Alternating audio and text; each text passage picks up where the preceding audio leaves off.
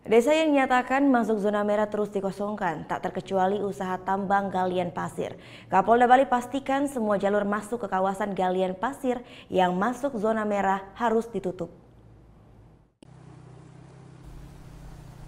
Pasca Gunung Agung erupsi dan mengeluarkan abu vulkanis, desa yang dinyatakan dalam zona merah wajib dikosongkan, tak terkecuali usaha pertambangan galian pasir. Di Kabupaten Karangasem, terdapat sejumlah usaha galian pasir yang masuk dalam zona merah seperti yang berada di Kecamatan Kubu, Kecamatan Bebandem, dan Kecamatan Selat. Rata-rata usaha pertambangan galian pasir ini berada dalam radius 6 hingga 9 km dari puncak Gunung Agung.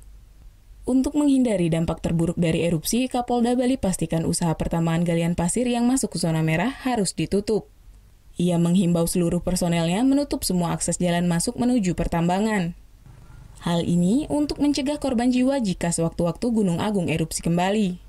Saya bukan mengatakan bahwa petugas tidak siaga, tetapi bisa juga pada saat-saat tertentu petugas anggota saya tidak siaga sehingga alat bantu untuk menjaga itu adalah portal. Dengan ditutupnya portal, maka akan mengurangi niat-niat orang untuk penambangan pasir. Pertambangan galian pasir merupakan salah satu sektor andalan Kabupaten Karangasem selain di sektor pariwisata.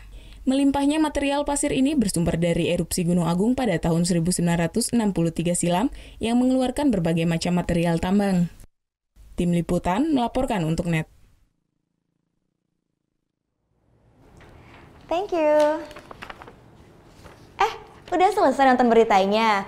Jangan pergi dulu dong. Subscribe dulu dan nonton tayangan lainnya di sini. Subscribe, nonton lagi. Subscribe, nonton lagi.